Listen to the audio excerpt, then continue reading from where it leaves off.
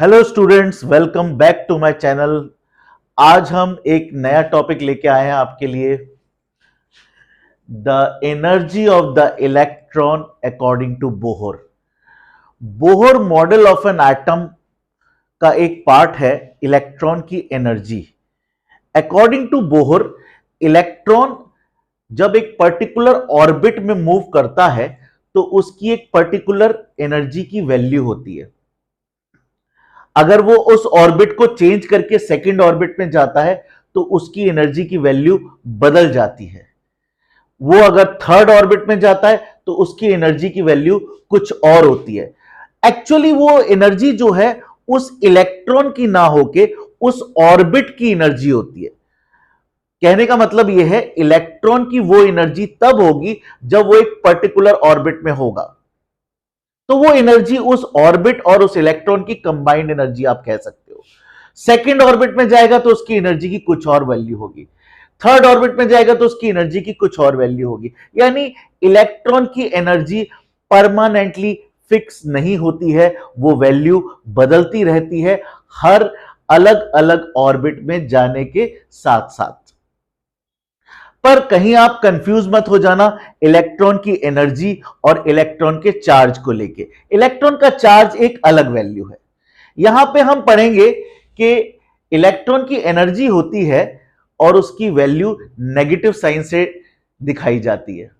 तो कई स्टूडेंट्स ये भी इसमें भी कंफ्यूज हो सकते हैं कि कहीं उसका चार्ज और उसकी एनर्जी सेम चीज तो नहीं होती। इलेक्ट्रॉन का जो चार्ज होता है वो एक अलग चीज है, that is only the charge, और वो चार्ज नेगेटिव साइन से रिप्रेजेंट होता है, तो वो एक अलग चीज है, उसको लेके आप कंफ्यूज ना होइएगा। और इलेक्ट्रॉन की एनर्जी एक अलग चीज है, उसकी वैल्यू अलग होगी, एक अलग ऑर्बिट में उसकी एक अलग वैल्यू होगी। तो हम एनर्जी की बात करते हैं तो चार्ज को बिल्कुल अलग रखते हुए आप एक नई चीज पढ़ने जा रहे हैं, इलेक्ट्रॉन की एनर्जी एक पर्टिकुलर ऑर्बिट में अकॉर्डिंग टू बोहर। तो सबसे पहले एनर्जी के बारे में थोड़ा सा जानते हैं।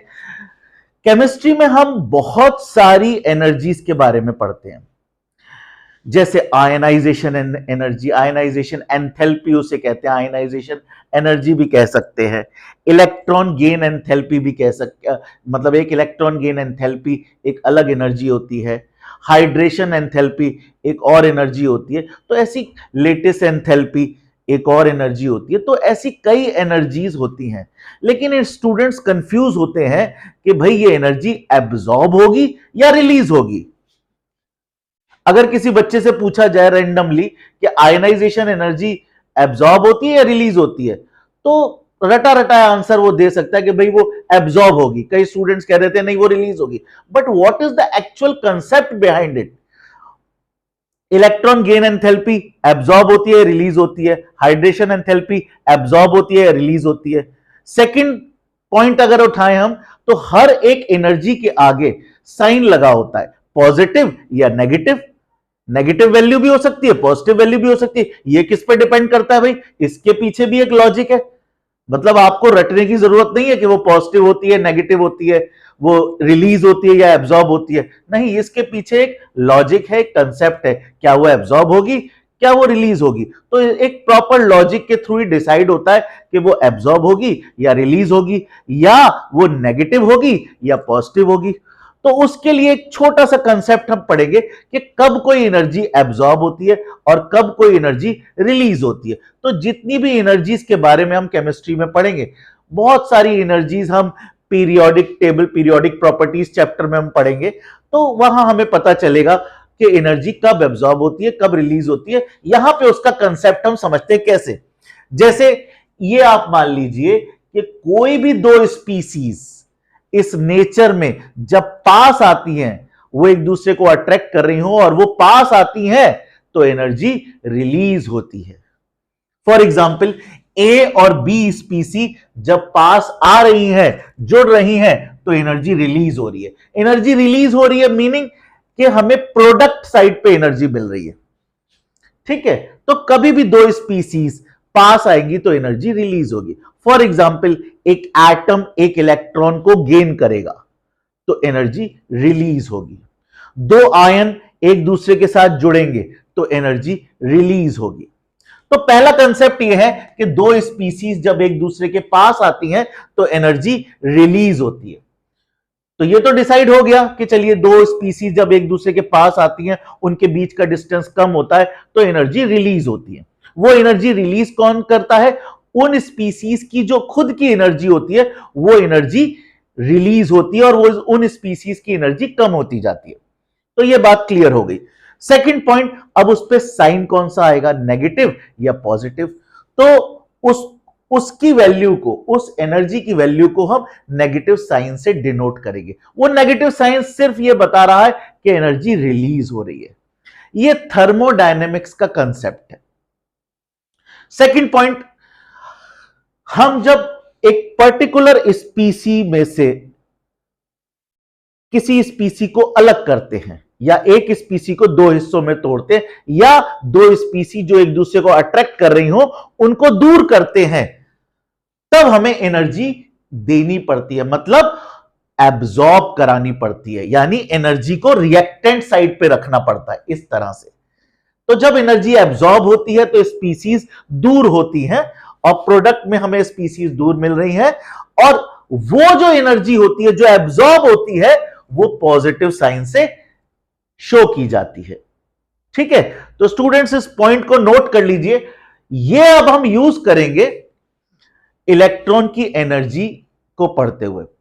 तो देखते हैं इलेक्ट्रॉन की एनर्जी के बारे में क्या हम पढ़ते हैं। नाउ स्टूडेंट्स, हम अब ये पढ़ेंगे कि इलेक्ट्रॉन की एनर्जी जब इलेक्ट्रॉन अपने ऑर्बिट के अंदर होता है तो वो किस साइन से रिप्रेजेंट की जाती है, पॉजिटिव साइन से या नेगेटिव साइन से? एक्चुअली इलेक्ट्रॉन की जो एनर्जी होती है वो नेगेटिव साइन से दिखाई जाती है एक पर्टिकुलर ऑर्बिट में। तो जब भी इलेक्ट्रॉन अपने ऑर्बिट में आता है, किस तरह से, देखिए सपोज एक इलेक्ट्रॉन है, स्टार्टिंग में उसकी एनर्जी को 0 कंसीडर किया जाता है, क्योंकि ना तो वो किसी प्रोटॉन के अट्रैक्शन में होता है, ना वो किसी इलेक्ट्रॉन के साथ रिपल्शन एक्सपीरियंस कर रहा होता है, तो उसकी एनर्जी को 0 माना जाता है क्योंकि कोई फोर्स उस पर नहीं लग रहा होता। अब उसी कंसेप्ट के अकॉर्डिंग हम इसको पढ़ेंगे।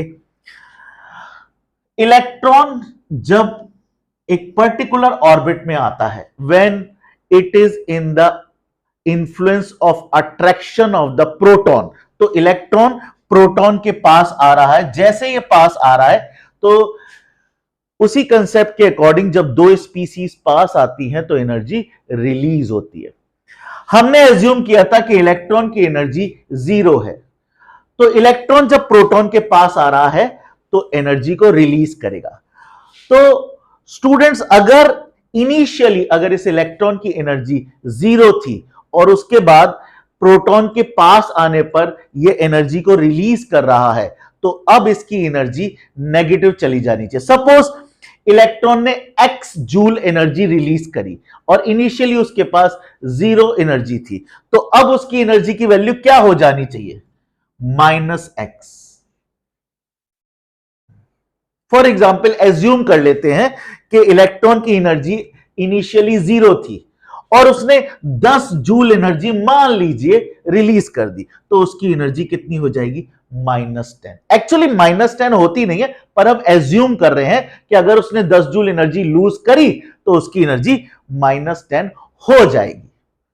सपोज इलेक्ट्रॉन और अंदर आता है प्रोटॉन के अट्रैक्शन में और न्यूक्लियस के पास आता है, तो जब और पास आएगा तो और एनर्जी रिलीज करेगा। सपोज हम मान लेते हैं 10 जूल एनर्जी और रिलीज करी, तो अब उसकी एनर्जी होती है -20।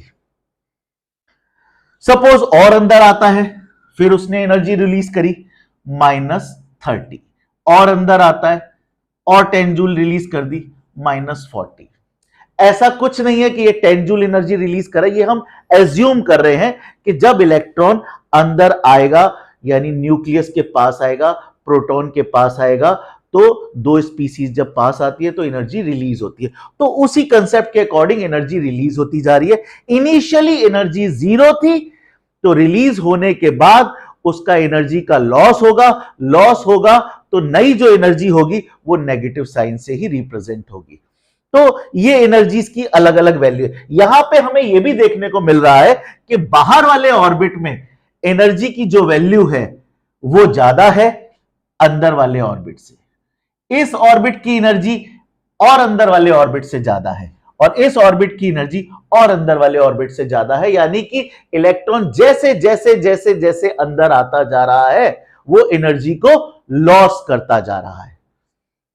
ठीक है, तो हर ऑर्बिट में वो एक पर्टिकुलर एनर्जी लेके बैठा होता है, यानी मूव कर रहा होता है उस ऑर्बिट में, लेकिन उस एनर्जी की वैल्यू हर ऑर्बिट में नेगेटिव साइन से ही दिखाई जाती है। किसी भी ऑर्बिट में उसकी एनर्जी पॉजिटिव साइन से नहीं दिखाई जाती है। तो यह हो गया सबसे पहला हमारा कंसेप्ट कि इलेक्ट्रॉन की एनर्जी ऑर्बिट में जब होती है तो वो नेगेटिव होती है, पॉजिटिव नहीं होती है।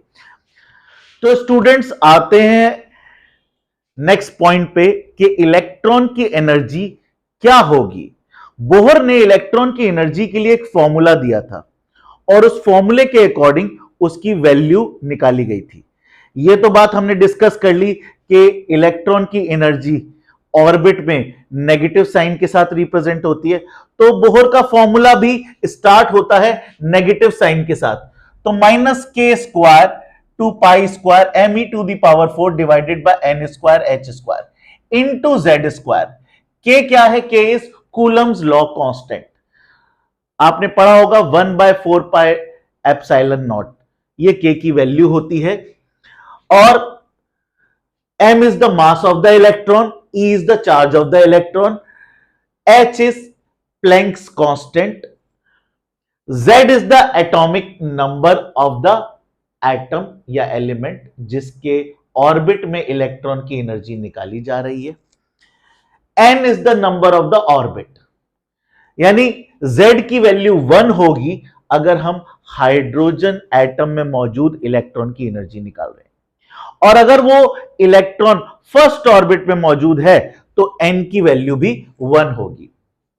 अगर हम हीलियम की बात करें तो हीलियम का एटॉमिक नंबर 2 होता है, तो हीलियम के केस में z की वैल्यू को 2 रखेंगे, और अगर हम हीलियम के सेकंड या थर्ड ऑर्बिट की बात करें तो थर्ड ऑर्बिट रखेंगे तो n की वैल्यू 3 होगी।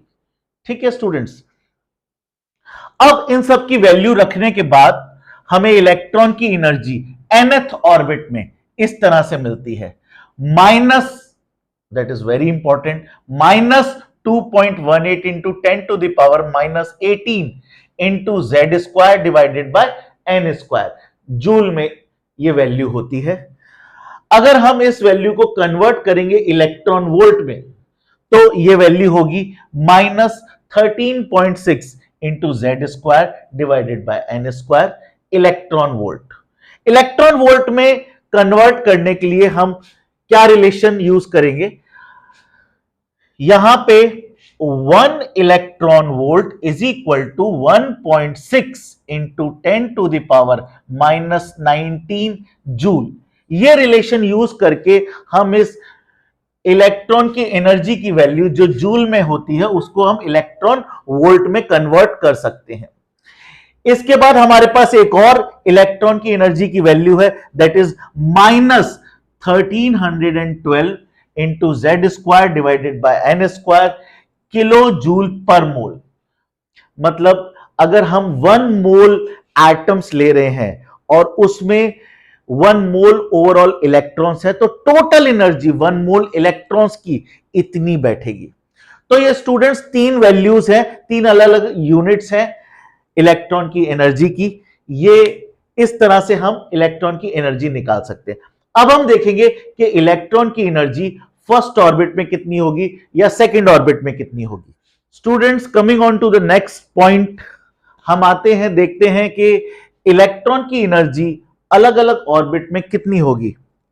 तो इलेक्ट्रॉन की एनर्जी पहले ऑर्बिट में हम n की वैल्यू को 1 रखेंगे।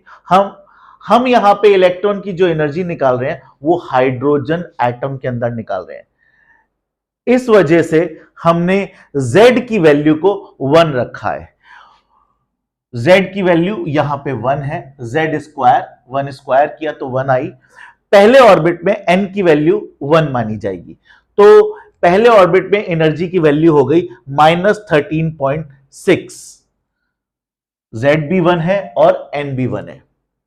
सेकेंड ऑर्बिट में हाइड्रोजन एटम है, एटॉमिक नंबर 1 है, लेकिन ऑर्बिट सेकेंड है, 2 है, तो n स्क्वायर अप्लाई करेंगे यहां पे, 2 स्क्वायर यानी 13.6 डिवाइडेड बाय 4 इज 2 स्क्वायर यानी 13.6 डिवाइडेड बाय 4। थर्ड ऑर्बिट में n की वैल्यू 3 हो जाएगी, 3 स्क्वायर 13.6 डिवाइडेड बाय 3 स्क्वायर यानी 13.6 डिवाइडेड बाय 9। तो यहां पे हमें तीनों ऑर्बिट में एनर्जी की वैल्यू मिल गई। इससे ऊपर नेक्स्ट ऑर्बिट में जाते हैं तो n की वैल्यू 4 आएगी, 4 स्क्वायर अप्लाई करेंगे 16 आ जाएगा। तो आप देख रहे हैं क्योंकि नेगेटिव साइन लगा है तो वैल्यू जो कम होती हुई दिख रही है वो नेगेटिव साइन की वजह से एक्चुअली में बढ़ रही है, यानी this value is more than this value, this value is more than this value. तो यहां पे आपको एक बात क्लियर कर दें कि थर्ड ऑर्बिट में जो एनर्जी की वैल्यू है वो सेकेंड ऑर्बिट से भी ज्यादा है और फर्स्ट ऑर्बिट से भी ज्यादा है। तो धीरे धीरे एनर्जी ऐसे बढ़ रही है। ठीक है स्टूडेंट्स, फर्स्ट ऑर्बिट में कम है, सेकेंड ऑर्बिट में उससे ज्यादा है, थर्ड ऑर्बिट में और उससे ज्यादा है। Students, coming on to the next point, यहां पे हम डिस्कस करेंगे कि इलेक्ट्रॉन एक ऑर्बिट से दूसरे ऑर्बिट में जब जंप करता है तो एनर्जी का क्या एक्सचेंज होता है, एनर्जी में क्या फर्क आता है। तो जाहिर सी बात है, इलेक्ट्रॉन जब अपने पहले ऑर्बिट को छोड़ के दूसरे ऑर्बिट में जाता है तो उसकी एनर्जी की वैल्यू बढ़ जाती है, और दूसरे से तीसरे में आता है तो फिर से उसकी एनर्जी बढ़ जाती है। तो इन तीनों ऑर्बिट्स में, फर्स्ट, सेकंड और थर्ड ऑर्बिट में उसकी एनर्जी की अलग अलग वैल्यूज होती हैं। बोहर ने रदरफोर्ड मॉडल के एक ड्रॉबैक को, जो कि स्टेबिलिटी से रिलेटेड था, उसको दूर किया था, यह कह के कि इलेक्ट्रॉन जब अपने ऑर्बिट में मूव करता है तो वो कभी एनर्जी रिलीज नहीं करता और वो ना ही एनर्जी को एब्जॉर्ब करता है, लेकिन वो एनर्जी को रिलीज और एब्जॉर्ब करता है कब, जब इलेक्ट्रॉन अपने नीचे वाले ऑर्बिट से ऊपर वाले ऑर्बिट में जंप करता है। यानी फर्स्ट ऑर्बिट जहां वो रहता है उसे ग्राउंड स्टेट कहा जाता है, और ग्राउंड स्टेट से जस्ट नेक्स्ट ऊपर वाला जो ऑर्बिट होता है उसे कहा जाता है फर्स्ट एक्साइटेड स्टेट। तो इलेक्ट्रॉन जब फर्स्ट ऑर्बिट से सेकंड ऑर्बिट में जाता है, यानी कि ग्राउंड स्टेट से फर्स्ट एक्साइटेड स्टेट में जाता है, तो उसकी एनर्जी बढ़ती है, तो वो एनर्जी को गेन करता है। यानी इलेक्ट्रॉन तभी जंप करेगा जब वो एनर्जी को एब्जॉर्ब करेगा, हीट के फॉर्म में या लाइट उसे दी जाती है तो वो लाइट को एब्जॉर्ब करता है, तो उसको ओवरऑल एनर्जी मिलती है, तो उस एनर्जी को गेन करके वो जंप करता है हायर ऑर्बिट में, जहां उसकी एनर्जी की वैल्यू अपग्रेडेड होती है, मतलब उससे ज्यादा होती है जो पिछले ऑर्बिट पे थी, और एनर्जी गेन करेगा और हायर ऑर्बिट में चला जाएगा। तो एनर्जी गेन करने के बाद वो हायर ऑर्बिट में ट्रांसफर हो जाता है, इसे हम ट्रांजिशन कहते हैं। इलेक्ट्रॉन जब एक ऑर्बिट से दूसरे ऑर्बिट में जाता है तो उसे हम ट्रांजिशन कहते हैं। लेकिन इलेक्ट्रॉन किसी भी और ऑर्बिट में जहां का वो रहने वाला नहीं है, तो मेहमान बन के उस ऑर्बिट में जाता है, तो कभी भी fraction of a nano second से ज्यादा नहीं रुकता है, वो वापस अपने ग्राउंड स्टेट में लौटता है बहुत जल्दी। यानी वो किसी भी और ऑर्बिट में जहां वो मेहमान बन के जा रहा है वहां पे बहुत कम देर के लिए रुकता है और वहां से वो तुरंत लौट के आता है अपनी ग्राउंड स्टेट में। अब वो जब वापस लौट के आता है तो रास्ते में जो ऑर्बिट पड़ता है, कभी उन ऑर्बिट पे आता है और फिर ग्राउंड स्टेट पे आता है, या कभी डायरेक्टली अपनी ग्राउंड स्टेट पे आता है। तो इलेक्ट्रॉन अलग अलग ऑर्बिट के बीच में मूव करता है लौटते समय भी। तो जब वो लौट रहा होता है तो हायर ऑर्बिट से, हायर एनर्जी शेल से लोअर एनर्जी शेल पे जब वो आता है तो वो एनर्जी को रिलीज करता है। जब वो ऊपर गया तो उसने एनर्जी एब्जॉर्ब करी क्योंकि उसकी एनर्जी बढ़ गई। अब वो जब हायर एनर्जी लेवल से लोअर एनर्जी लेवल पे आ रहा है तो उसको अपनी एनर्जी को कम करना है। जब वो अपनी एनर्जी को कम करेगा तो कैसे कम करेगा? एनर्जी को रिलीज करेगा। अब एनर्जी को रिलीज करेगा वो, तो वो एनर्जी किसके बराबर होगी? वो एनर्जी इन दोनों ऑर्बिट के अंदर जो इलेक्ट्रॉन की एनर्जी है उसके डिफरेंस के बराबर होगी। सपोज इलेक्ट्रॉन थर्ड ऑर्बिट से सेकंड ऑर्बिट पे वापस आता है तो एनर्जी जो रिलीज होगी, जिस एनर्जी का वो लॉस करेगा, उसकी वैल्यू जो उस इलेक्ट्रॉन की थर्ड ऑर्बिट में एनर्जी है माइनस जो उस इलेक्ट्रॉन की सेकंड ऑर्बिट में एनर्जी है उसके बराबर होगी। यानी उन दोनों ऑर्बिट में जो इलेक्ट्रॉन्स की एनर्जी है उनके डिफरेंस के बराबर होगी। अब इलेक्ट्रॉन अगर सेकंड ऑर्बिट से फर्स्ट ऑर्बिट में वापस आता है तो फिर से वो एनर्जी रिलीज करेगा। यहां से यहां तक आते वक्त जैसे जैसे उसकी एनर्जी कम होती जाएगी तो वो एनर्जी को कम करता जाएगा, वो उस एनर्जी को रिलीज करेगा और उस एनर्जी की वैल्यू इन दोनों एनर्जी शेल्स की एनर्जी के डिफरेंस के बराबर होगी। यानी हायर ऑर्बिट की एनर्जी से हम लोअर ऑर्बिट की एनर्जी को सबट्रैक्ट करेंगे और जो वैल्यू निकल के आएगी वो वैल्यू होगी अमाउंट ऑफ एनर्जी रिलीज के बराबर। यानी जो एनर्जी रिलीज हुई है उसकी वैल्यू के बराबर होगी। और वो एनर्जी किस फॉर्म में रिलीज हो रही है? रेडिएशन के फॉर्म में रिलीज हो रही है। सपोज एनर्जी अलग अलग फॉर्म्स में होती है। मैकेनिकल एनर्जी अलग फॉर्म में होती है, हीट एनर्जी अलग तरीके की होती है, काइनेटिक एनर्जी अलग होती है, पोटेंशियल एनर्जी अलग होती है। इसी तरह से इलेक्ट्रॉन की जब एनर्जी बाहर रिलीज होती है रेडिएशन के फॉर्म में तो वो एनर्जी एक अलग तरीके की एनर्जी होती है। वो एनर्जी एक इलेक्ट्रोमैग्नेटिक रेडिएशन की तरह हो सकती है। उसका जो फॉर्मूला होता है वो E is equal to H C over lambda. ये होती है वो एनर्जी जो रेडिएशन के फॉर्म में बाहर निकलती है। तो यहां पे हमने ये देखा कि इलेक्ट्रॉन जब हायर ऑर्बिट से लोअर ऑर्बिट पे जंप करता है तो उसमें से एनर्जी रिलीज होती है। तो हमने ये भी डिस्कस कर लिया कि उस एनर्जी की वैल्यू किसके बराबर होगी। यहां पे एक और चीज हम देखते हैं कि अगर इलेक्ट्रॉन डायरेक्टली थर्ड ऑर्बिट से फर्स्ट ऑर्बिट पे जंप करता है, मान लीजिए इलेक्ट्रॉन थर्ड ऑर्बिट से फर्स्ट ऑर्बिट पे जंप करता है, तो अब कितनी एनर्जी रिलीज करेगा? तो जो एनर्जी रिलीज करेगा वो थर्ड ऑर्बिट की एनर्जी और फर्स्ट ऑर्बिट की एनर्जी के डिफरेंस के बराबर होगा। अब ये भी हमने डिस्कस कर लिया है कि जो एनर्जी रिलीज होती है वो रेडिएशन के फॉर्म में रिलीज होती है। तो यहां पे हम देखेंगे कि जो रेडिएशन प्रोड्यूस होता है, इलेक्ट्रॉन जब जंप करता है हायर ऑर्बिट से लोअर ऑर्बिट पे, तो जो एनर्जी रिलीज करता है वो in the form of radiation होती है और एक पर्टिकुलर रेडिएशन प्रोड्यूस होता है। वो रेडिएशन जिसकी एनर्जी ये होती है उससे कोई ना कोई वेवलेंथ एसोसिएटेड होती है। मान लीजिए वो वेवलेंथ किसी येलो कलर की है या किसी ब्लू कलर की है, तो वो कलर, उस पर्टिकुलर वेवलेंथ का कलर हमें देखने को मिलता है।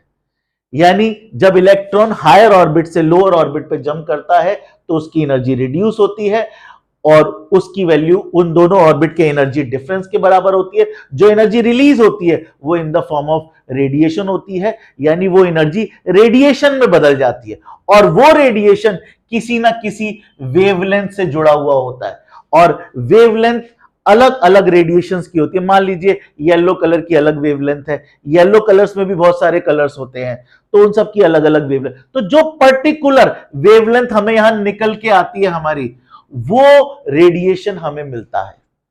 तो स्टूडेंट्स अभी तक हमने पढ़ा कि इलेक्ट्रॉन जब ट्रांजिशन करता है तो वो एनर्जी को एब्जॉर्ब भी करता है और रिलीज भी करता है। लोअर ऑर्बिट से हायर ऑर्बिट में जाता है तो एनर्जी को एब्जॉर्ब करता है, अपनी एनर्जी को बढ़ाता है।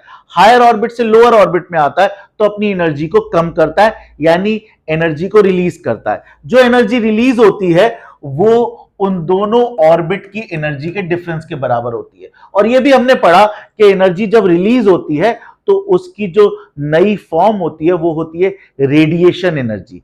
तो वो रेडिएशन बाहर निकलता है, ठीक है। तो एनर्जी जो डिफरेंस था वो रेडिएशन में बदल गया। अब रेडिएशन जो बाहर निकल रहा है, तो हमारी रेडिएशन एनर्जी, रेडिएशन की जो एनर्जी होती है उसका फॉर्मूला एच न्यू, यानी प्लैंक्स कांस्टेंट इनटू फ्रीक्वेंसी, या प्लैंक्स कांस्टेंट इनटू सी, यानी speed of the radiation divided by wavelength lambda. तो यहां पे हम देख रहे हैं जो भी रेडिएशन बाहर एमिट होगा वो फ्रीक्वेंसी से एसोसिएटेड होगा और वेवलेंथ से भी एसोसिएटेड होगा, यानी उस रेडिएशन की कोई ना कोई पर्टिकुलर फ्रीक्वेंसी होगी, कोई ना कोई पर्टिकुलर वेवलेंथ होगी। और अब उस वेवलेंथ को अगर हम अपने स्पेक्ट्रम के मीटर में स्टडी करें तो यहां पे लोअर वेवलेंथ से लेके हायर वेवलेंथ तक सारे के सारे रेडिएशंस मेंशन्ड है।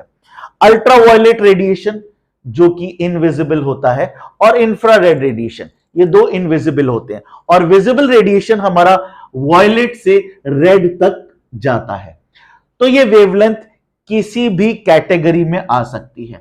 जिस कैटेगरी में ये वेवलेंथ आएगी या इस फ्रीक्वेंसी की वैल्यू आएगी वो रेडिएशन हमें दिखाई देगा। तो यहां स्टूडेंट्स हम यह समझ चुके हैं कि इलेक्ट्रॉन की एनर्जी होती है और अलग अलग ऑर्बिट्स में उसकी एनर्जी अलग होती है। बाहर वाले ऑर्बिट में यानी हायर ऑर्बिट में उसकी एनर्जी ज्यादा होती है, अंदर वाले ऑर्बिट में उसकी एनर्जी कम होती है।